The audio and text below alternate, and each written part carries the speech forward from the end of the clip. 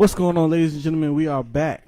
It's been a long time overdue. I am the maestro, creator of all things HLX, and with me, as usual, the legendary Coriel on the ones and twos. Niggas is a little rusty out here.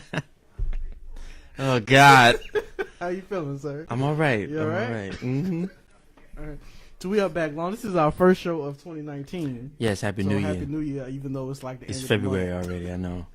But my birthday is tomorrow. So That's right. Happy Maestro Eve, everybody. 28 on 28. 28 on the 28th. God damn it. Man, niggas is Too old. real out here. Well, you old. You right behind me. Well, Yeah.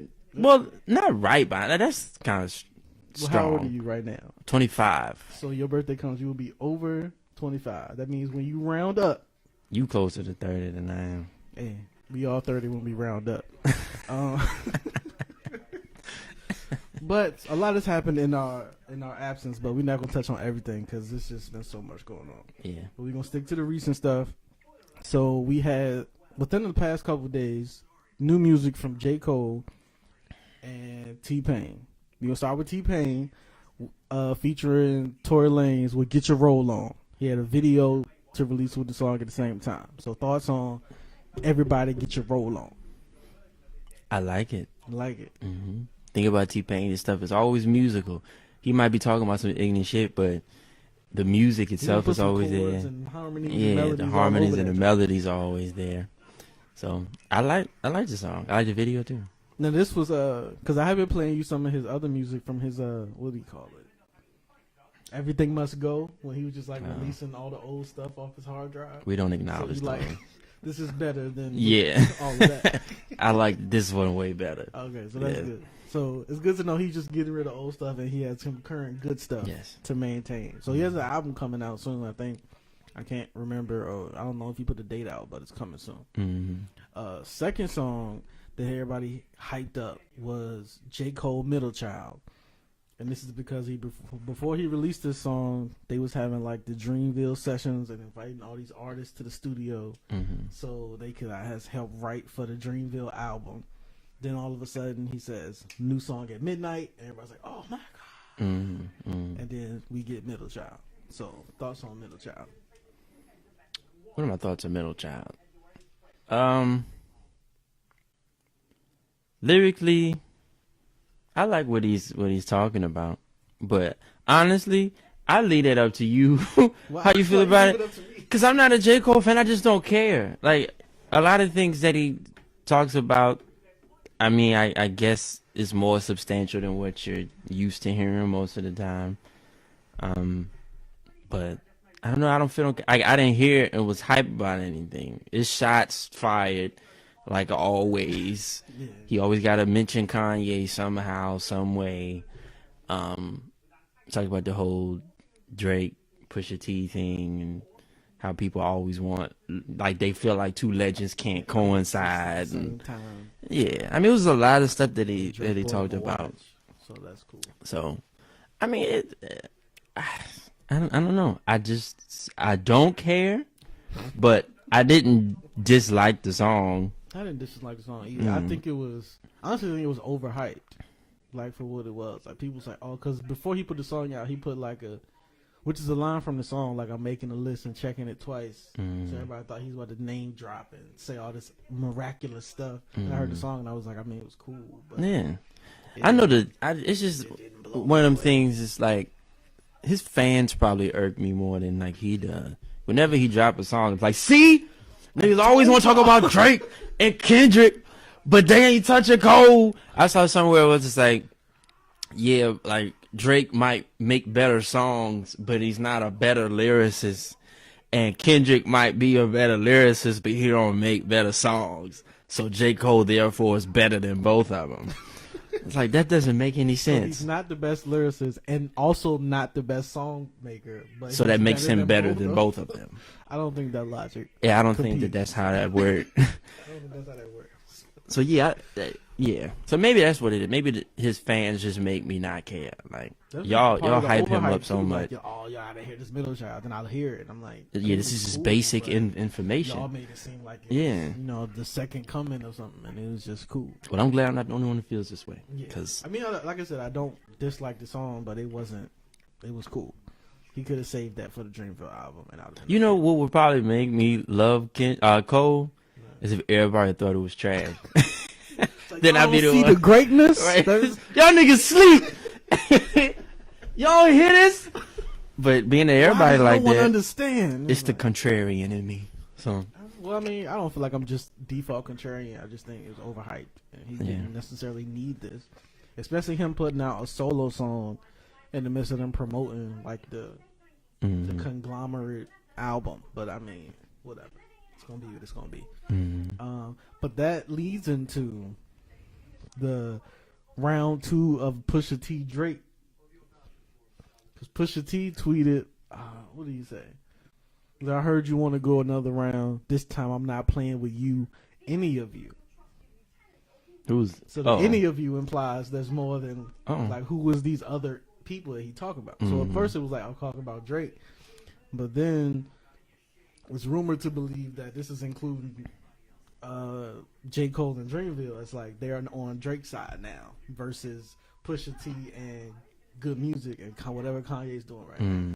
Because when the whole Drake stuff was happening, Pusha T made it clear, like, look, if you come from Kanye, like, I'm taking that battle. That's on me. And after that, we had the song Middle Child. He referenced Drake buying him a watch. And, like, the line after that was like, I'm not beefing with niggas over tennis shoes, y'all lame. So clearly talking about Kanye. And after all that transpired, we get the tweets back and forth from Dreamville people and Pusha T. So now we think there's a Drake and Cole versus Pusha T and Kanye situation. Yeah, all this just seems orchestrated. But all right, this would be interesting, I suppose. Interesting. Who you got, Cole versus Pusha T? Cole too positive. I don't know. Really? Cause I don't know. Cole just seemed like he got, like, he understands boundaries. He understands like what's too far. Like, I've never heard him say no off the wall shit. Like, but Push don't care. My thing would be like the whole Push and Drake situation. Like, he knew about the baby, which is the whole thing that made people go, oh. Right. But like, I don't think Cole has a baby we don't know about. I mean, but mind you, there were other lines. So he did talk about how his best friend is dying. I mean, but So that's not like- really, I mean, yeah. But Huh? the thing that made What do you mean? The thing that made people care about that song was the baby. I mean, yeah, but still, like, The thing that made my people care point about is the that song was the Pusha baby. T goes too far every time. But my question is, what information is going too far against J. Cole? Like, J. Cole's friend's not dying. Right. J. Cole don't have a baby. But mind J. you, Cole is the positive. Like you said, he's positive. but who knows? Because we didn't know Drake had a child. There were rumors about that child before that. Oh, okay. Well, Like, people knew, but it's just kind of like, yeah. I know. I didn't know. Like, pictures of the girl, like, it's just a mystery woman, but this was like, was no like substantial evidence, so people just kind of let it go. But it was a rumor. Well, I ain't heard no J. Cole rumors about nothing crazy. So my thing would be is, what is the ammunition against J. Cole? I guess we have to wait and see. I don't know. I don't know. And I don't really know what ammunition you really got against Pusha T for real. But as you said, we shall see. Yep. But we shall take a break and get to some music, and we shall be right back. GMFB, RS gang, what up? My niggas smoking. Ladies and gentlemen, we are back. Hope you enjoyed that justice. We did hit some comments, but we're not going to address them. There was something added, so if you want to see that, please read. There was some interesting tidbits there. But then we're going to get into Nick Cannon and his... Talk about J. Cole and Drake. Next, Nick Cannon. We got to get into Nick Cannon. Next, Wayne Brady. Because, well, he had been doing a lot of, even before this, like, you know, pro-black, like, woke, for the people, for the culture stuff. And people have, for the most part, been with it. He had been saying some good stuff, so people was rocking with it. Mm-hmm. Then he did his recent interview on, I think the show's called Rock Rants, with this girl that I think she used to be on TMZ. Mm-hmm.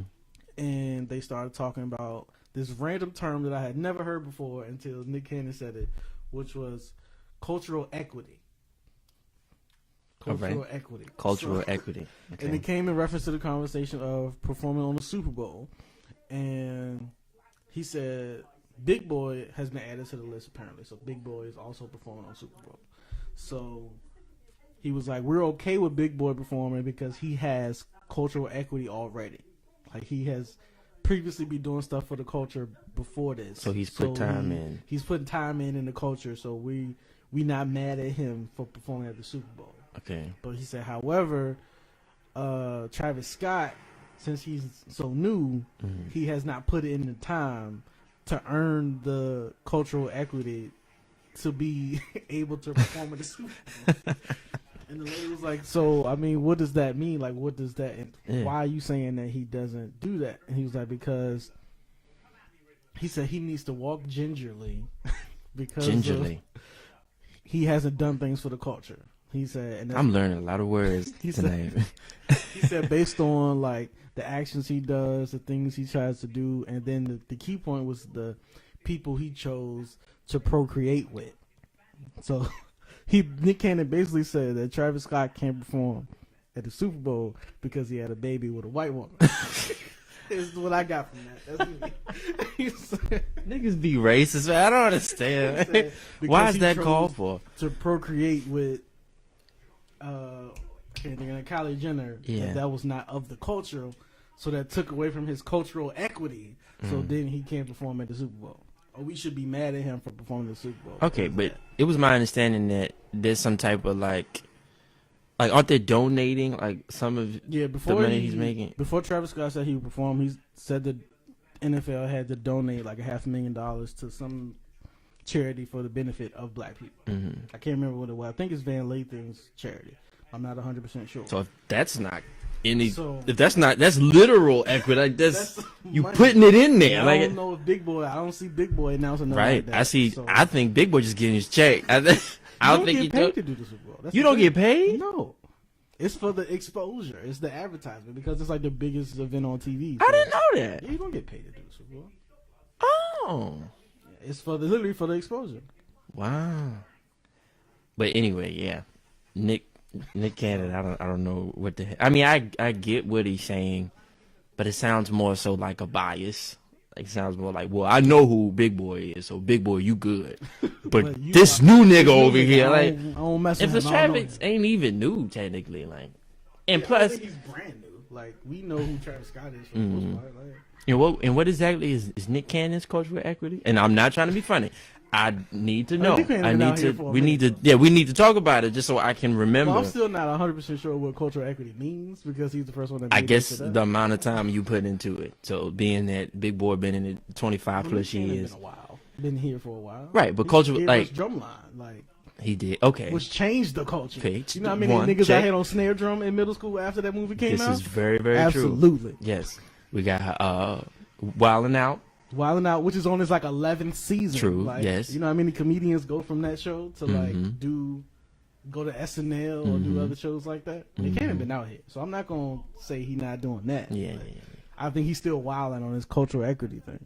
Yeah, I mean, so like I said, I get what he's saying, but I mean, I think personally, Travis Scott would be dumb not to take that opportunity. Me personally. Aside from all the, politics, because I get it. But with the charity and everything, it's like, all right. I feel like he covered himself with the $500,000 that was a smart where move. I want, and y'all leave me alone. I feel like he covered himself with that. Yeah. I don't have no problem. So apparently there's still people that's mad, like Nick Cannon, but I don't know. I'm not mad. That's how I feel about it. All right, so his cultural equity checks out, apparently. I don't even know what the hell that is. Like, exactly. I'm not acknowledging that part. I'm just saying Travis Scott, I don't have an issue with him doing Super Bowl. All right, so we're clear on that. So now we have to get to what Ja has to say at a time like this. Where's Ja? So there were two documentaries one on Netflix, one on Hulu. I didn't see the Hulu one, but I did see the one on Netflix about the Fire Festival, about this huge festival that was supposed to take place on this private island. We'll have all these artists and luxury stay and all that going on. Which Ja Rule was like a co-founder or co-person and started or whatever. Mm-hmm. We watched the documentary. Was it yesterday? Day before yesterday. Day before yesterday. And it got crazy. Like they was doing some outlandish stuff. So how do you feel about? Because my bigger point was that most of us, the people I know, black people, we had no idea that any of this was happening until it had already gone wrong. Well, apparently there was a section of the internet that was like extremely excited and looking forward to this thing. And then people got there on the island and was stuck and struggling. And the island workers was getting put through. Niggas was lying everywhere. It's just layers and layers of craziness. So how you feel about the Fire Festival now as you know what happened and what's going on and just overall thoughts? What can I say about it?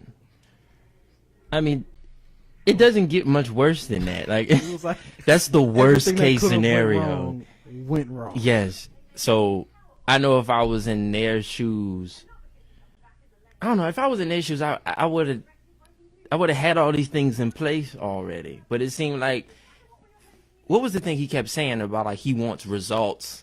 He don't like he's just trying to. Everybody say like something's going wrong. He was like, "Well, we're here for solutions." Right. So if you don't have a solution, if you don't agree, you can leave and we'll find somebody else. So they was just bringing people in that would just do what he told them to do. What's his name? Billy. Billy. That was the white guy that was like the head of it. Yeah.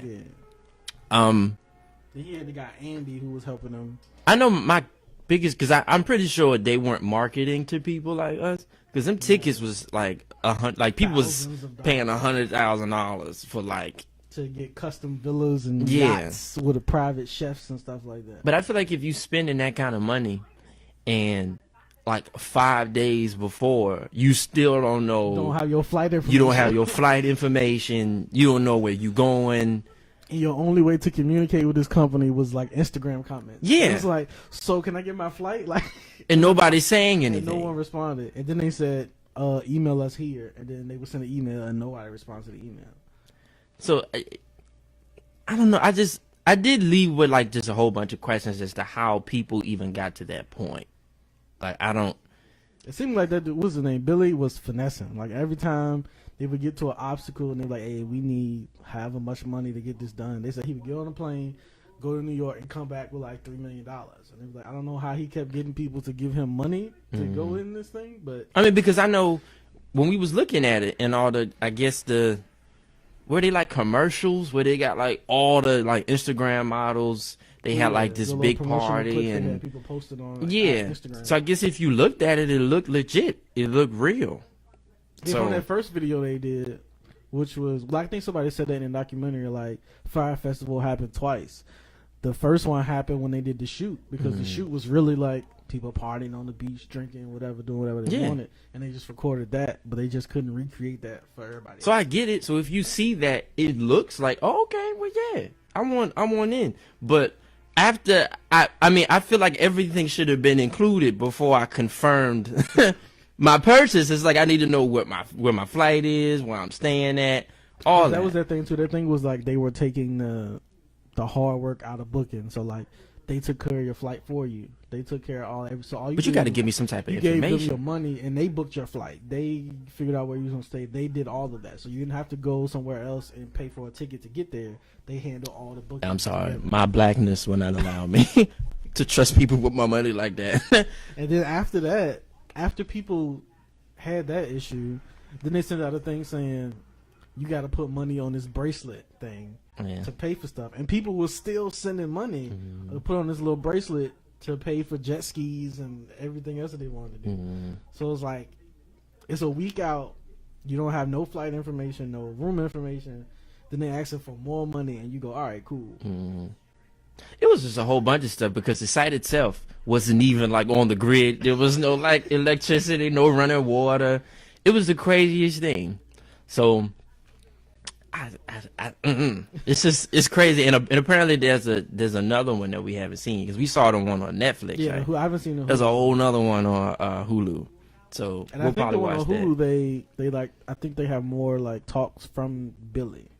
I think I heard that he like talks in that one. Okay. So I don't know. And there's a lot of twists and turns and surprises in that. Should we tell it all or just let people see it? I mean, watch it. Okay. At least watch. I know we have to see the Netflix one. I haven't seen the Hulu one, but definitely watch it. And then after it came out, of course, everybody was like, "Yo, Ja Rule, you wild." Right. Part of that. And then he came out and was like, "Nah." Right. It was like, this is fraud. He was like, it ain't fraud. It's I wouldn't call it fraud. It was. And he was like, that's false advertising. Like, nigga, you going to jail? Like, what the hell is going on? I do feel like Ja has to be responsible for something. Like, but I mean, at this point, where he got away with it, because the only one that went to jail was Billy. Mm-hmm. He went to jail for 6 years. Yeah. And that's the thing. They arrested him. He got out on bail, and then he started scamming. He started finessing again. Yeah. He's like, "Hey, yo, Zach. One other dude named Frank." He was like, "Come here, real quick. Yeah. Need you to call everybody who signed up for the Fire Festival and scam them for tickets to shit that they can't get tickets for, to the Met Gala and all this other type of stuff." So yeah, crazy. Watch both of them, the one on Netflix and Hulu. Crazy. Shenanigans, pure shenanigans. But what we gonna do? We gonna take a quick break. Then we're gonna come back and get into this Pharrell situation. Pharrell hot take for the people. Ready. It's for my day one niggas right here, man. Feel this. See, it's vice versa on the track.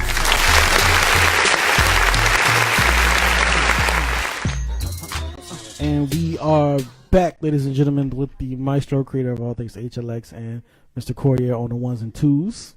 Damn right. So now we're gonna get to this last section. Maybe have some hot takes for the people. We were discussing Pharrell a couple of days ago, and you had an interesting thought while reviewing and listening to some of Pharrell's old albums and projects and music. So give us the thoughts on Pharrell that you had. Pharrell is overrated. Come on! Damn it! Say it again. Pharrell is overrated. Pharrell is overrated. Where do I start? First of all, don't get me wrong.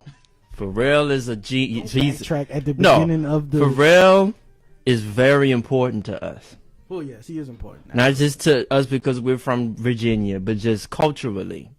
Absolutely. Not just hip hop culture either. Just American culture, world culture. The things that he has contributed, we can't deny. Okay. But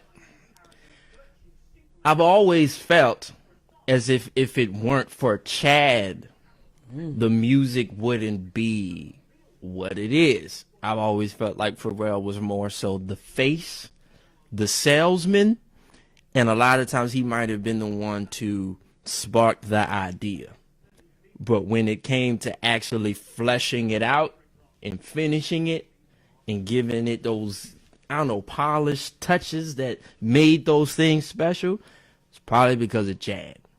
Because when you listen to a lot of stuff that Pharrell just produced by himself, it all sounds unfinished. There is a difference when Chad. There's a huge difference. Everything always sounds unfinished. So I remember like last year when we had Dex on the show, and he was talking about how like In My Mind changed his life. I'm like, all right, cool, but it sucked though. And he got so upset, which I guess I can understand how. But I personally felt like the whole shit was terrible because I felt like it was an album full of demos. It was an album full of things that you would send to Quincy Jones to kind of take to a whole nother level. But he put the whole thing out. So there's a few stuff on there that I liked. There was number one, of course. Have It Like That. I think it's because I heard it enough. I kind of grew to like it.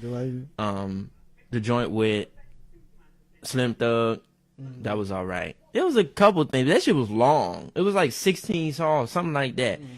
And you could tell it was just Pharrell kind of like in there by himself, just kind of, vibing. But then he put it out like that. And it's like, all right, we can also talk about his vocal ability, right? Now, I'm not going to hold him and be like, he can't sing. He has a voice, definitely. But have you ever heard him live? Most people have a voice. That's not. I'm trying to get a bit of doubt here, okay? You can't have two niggas saying he trash. I'm just saying, he has a voice. It's not. But yeah, man, I've heard him live. Remember, I can't remember what festival he was on, but his voice was like completely gone. He was like apologizing the whole show because he knew he sounded like shit. And it's like I feel like Pharrell just, first of all, he's really charming. He knows how to talk. He knows how to sell things. And I feel like, and I know we said we were never going to speak of this again because we put it behind us, but we got to pull up old traumas. Man in the Woods sucked because of him. Yeah. It was him. He was definitely hyping niggas up. He was like, "This is a smash. This is amazing. It is like, I feel like Pharrell just knows how to talk people into doing certain things, and being that he's been in the industry for so long and he's done so many things, and they trust him. He can pretty much get away with anything. And like a lot of times I feel like it's the brand itself. It's the name. To say produce. Right. It makes people listen, whether this shit is trash or not. And I've always felt like for the past, within the past 10 years, a lot of people's albums I felt like Pharrell had the worst song on it. So it's like songs that he just produced. Outside of like the hits with Robin Thicke and all those people, Daft Punk and all those people.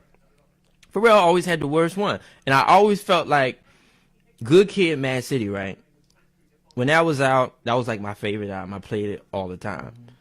But I think it was Good Kid, the one that he produced. I always skipped that one. The Mash Something Baby.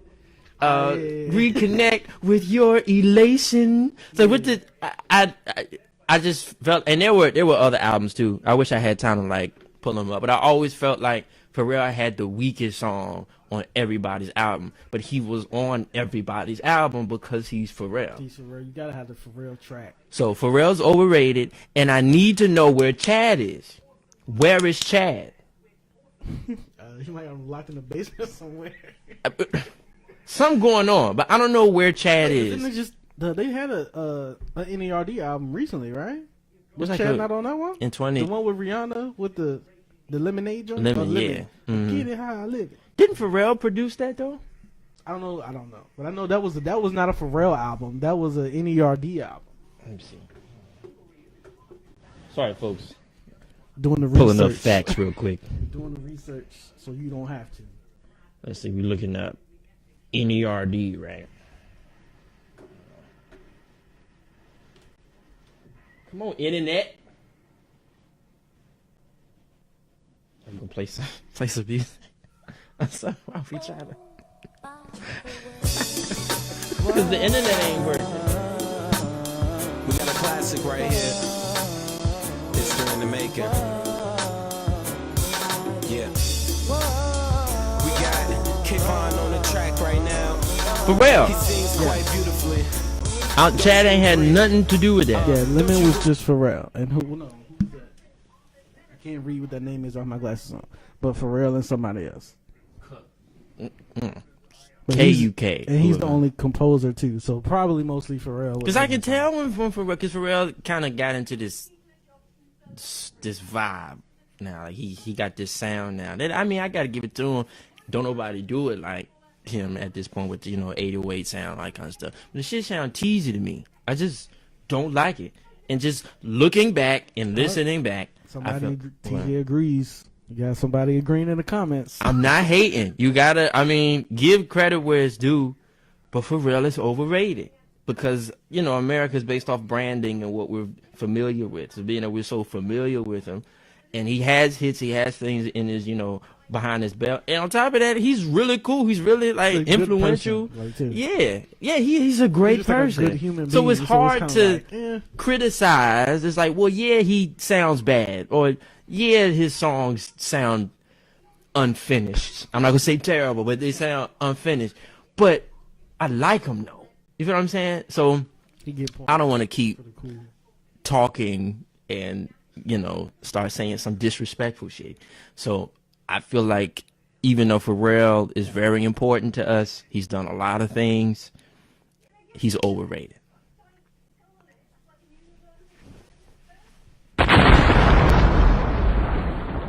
Yep. I would say that's fair though, because I would agree that I had even said a while that without Chad, there's something a little different in the sauce. Like Yes. something missing a little salt and pepper. When Yes. Chad not there, so That is how I feel. I'm not with it. I can't wait till Dex sees this though. Fuck that.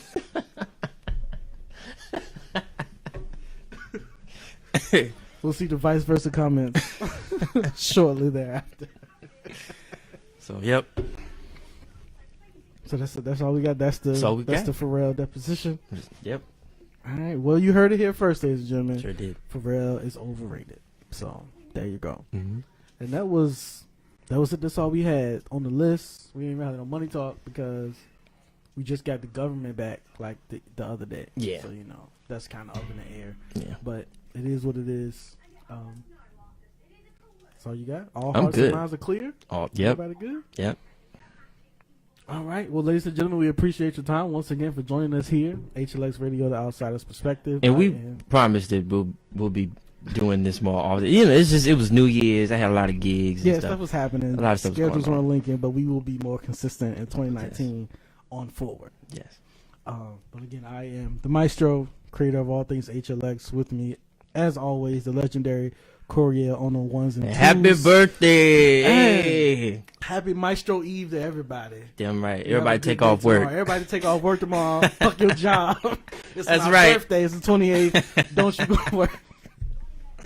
Oh, baby. On that note, we out of here. Coming to See y'all next time. on the beat, now let the story begin. I used to